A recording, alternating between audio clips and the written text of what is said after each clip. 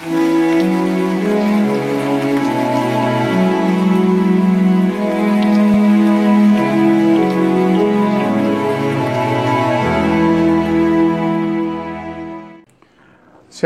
saudara-saudara sekalian yang saya kasihi dalam Kristus.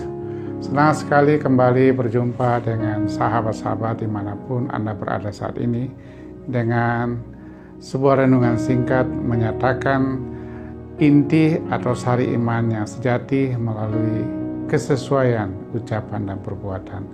Saya ingin membacakan satu ayat dulu dari Yakobus pasal 2 ayat 22. Kamu lihat bahwa iman bekerja sama dengan perbuatan-perbuatan, dan oleh perbuatan-perbuatan itu iman menjadi sempurna. Haleluya, haleluya. Yang berbahagia adalah kita yang mendengarkan firman ini, memahami dan mempraktekkannya dalam kehidupan kita sehari-hari. Secara jujur saya katakan bahwa tidak sedikit orang mengklaim dirinya sebagai orang yang beriman kepada Tuhan Yesus Kristus. Namun patut disayangkan bahwa pola berpikir, bersikap, dan berperilakunya belum sesuai dengan prinsip-prinsip kebaikan Tuhan. Fakta kehidupan seperti itulah yang sering disebut dengan kata munafik.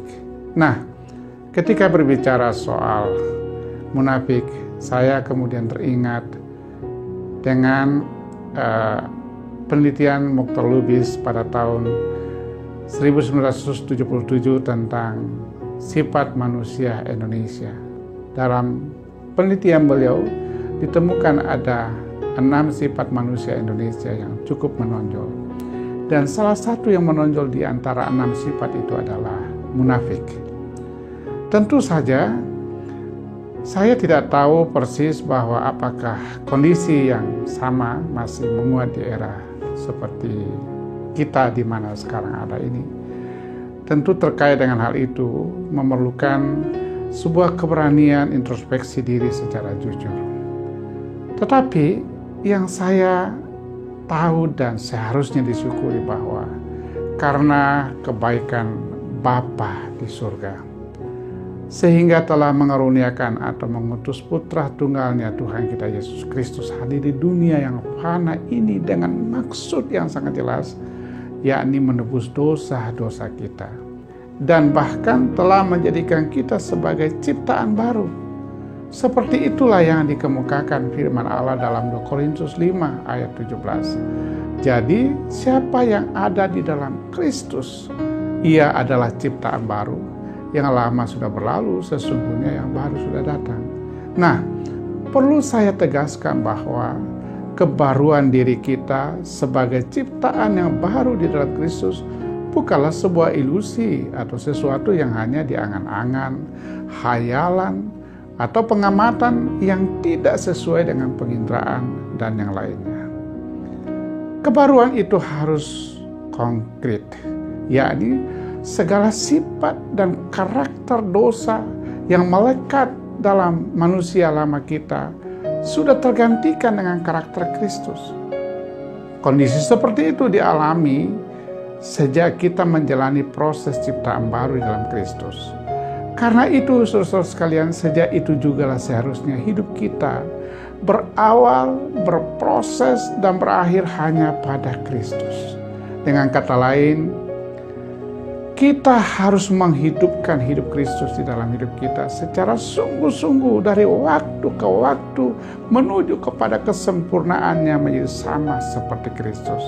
Artinya apa? Kualitas hidup orang Kristen harus menunjukkan suatu progres yang konkret dari waktu ke waktu sampai yang sempurna datang menyempurnakan kebaikannya dalam diri kita. Saudara sekalian, suatu ketika saya membaca buku Franz Magnus Eno, di mana beliau mengemukakan beberapa sifat luhur yang harus dimiliki oleh orang yang beriman. Antara lain adalah kejujuran, otentik, tanggung jawab, kemandirian moral, keberanian moral, kerendahan hati, realistis, dan kritis. Yang sangat menarik bagi saya, beliau dengan tegas mengatakan bahwa Hal-hal inilah yang sebenarnya menjadi keutamaan moral bagi orang-orang Kristen. Dan terus terang, apa yang dikemukakan oleh Romo ini bisa mengusik perasaan nyaman kebanyakan orang Kristen. Mungkin saudara bertanya, lah kok bisa? Yes, karena masih banyak orang Kristen menggunakan kata Kristen pada dirinya hanya sebagai topeng. Hanya sebagai topeng. Artinya sebuah kepura-puraan untuk menutupi maksud yang sebenarnya. Kondisi seperti itulah yang menyemangati saya untuk men-share atau membagikan topik ini dengan merujuk pada poin-poin yang dikemukakan oleh Romo Magnis yang saya kenal sebagai seorang hamba Tuhan yang sangat cerdas tetapi humble, rendah hati. Karena itu saya mengajak saudara-saudara menyimak indikator kesesuaian antara ucapan dan perbuatan sebagai intisari iman yang sejati. Yang pertama adalah kejujuran. Kejujuran harus dimiliki dan dipraktikkan dalam diri kita sebagai orang yang beriman kepada Kristus. Tahukah kita bahwa tanpa kejujuran kita tidak dapat maju selangkah pun karena kita belum berani menjadi diri kita. Ya, walaupun benar memang bahwa bersikap jujur di tempat kerja, di dalam rumah, di ruang kelas bagi mahasiswa, di ruang ibadah, dan tempat-tempat lainnya bukanlah hal yang mudah. Sekali lagi bukanlah hal yang mudah. Tetapi bukan karena tidak mudah sehingga kita tidak perlu berusaha. Nah, paling tidak sikap jujur harus kita nyatakan dalam dua hal penting, yakni bersikap terbuka, sekali lagi bersikap terbuka dan bersikap fair. Kondisi seperti itu harus dimulai dari dalam diri kita dan di rumah. Perlu saya tegaskan bahwa segala sesuatu yang hebat dan bermakna mesti dimulai dari dalam diri kita dan atau minimal di rumah atau di dalam keluarga. Nah, yang kedua, nilai-nilai otentik. Menjadi otentik dapat dimaknai menjadi diri kita sendiri. Kita bukan orang jiblakan, orang tiruan, orang-orangan yang hanya bisa membeo saja, yang tidak mempunyai sikap dan pendirian sendiri karena dalam segalanya mengikuti mode atau pendapat umum atau arah angin.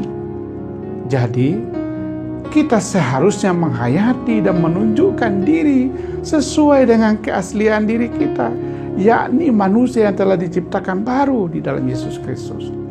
Hidup kita kini telah mendapat status baru, yakni anak-anak Allah atau warga kerajaan Allah. Karena itu, hidup kita harus mencerminkan karakter warga kerajaan Allah.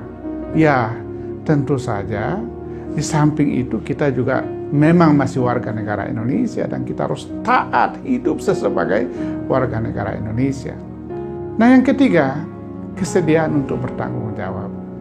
Yang ingin saya tekankan di sini bahwa sebagai orang percaya harus memiliki komitmen untuk melakukan apa yang harus dilakukan dengan sebaik mungkin. Seperti dalam Kolose pasal 3 ayat 23, apapun juga yang kamu perbuat, perbuatlah dengan segenap hatimu seperti untuk Tuhan dan bukan untuk manusia. Kita harus menjalani hidup ini dengan penuh tanggung jawab. Pertama-tama terhadap Tuhan dan juga terhadap sesama dalam segala aspeknya. Kebernilaian manusia bisa diukur dengan kesediaannya memikul dan menunjukkan tanggung jawab utuh atas segala sesuatu yang dipercayakan kepadanya. Dan kemudian yang keempat, saudara sekalian, adalah kemandirian moral.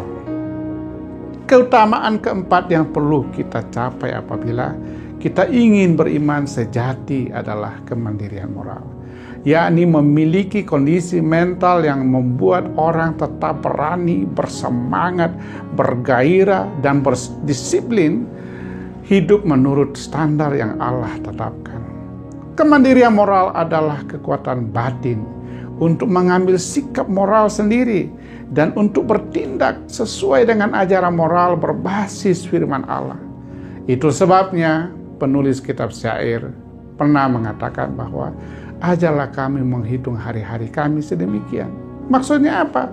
Supaya kita beroleh hati yang bijaksana dalam menjalani hidup ini. Yang kelima adalah keberanian moral. Keberanian moral menunjukkan diri dalam tekad untuk tetap mempertahankan sikap yang telah diyakini sebagai sebuah nilai kebenaran sejati.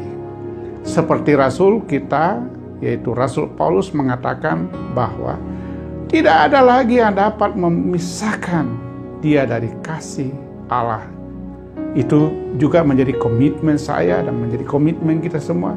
Tidak ada lagi yang dapat memisahkan kita daripada kasih Allah. Entah itu kemalangan, entah itu penganiayaan, kemiskinan, tidak punya makan dan sebagainya. No. Bagi pengikut Kristus, bertahan setia dalam menjalani seluruh tugas kehidupan sesuai kehendak Sang Hidup atau Allah Tritunggal sudah bersifat final. Hidup menuruti kehendak Allah harus ada di atas segala-galanya. Jadi, kita harus hidup berpedoman secara utuh pada firman Allah. Yang keenam, kerendahan hati.